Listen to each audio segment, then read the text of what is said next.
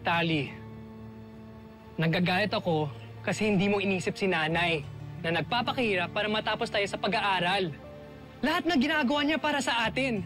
Pero ikaw, wala kang pakialam. Oh, Daddy, wow. Uy, hindi pa ako tapos.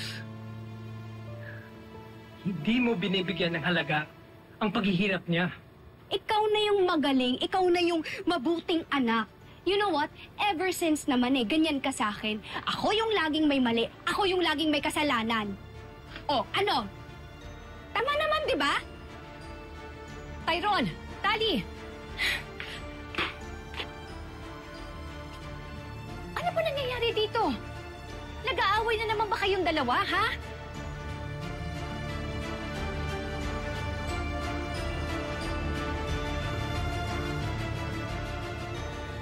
Nay, pinagsasabihin ko lang naman si Tali. Ano na naman ang nangyari? Nay, nanakit siya ng kalaban sa contest. Muntik nang malunod. Tali, ano? Totoo ba yun? Naniwala ka naman.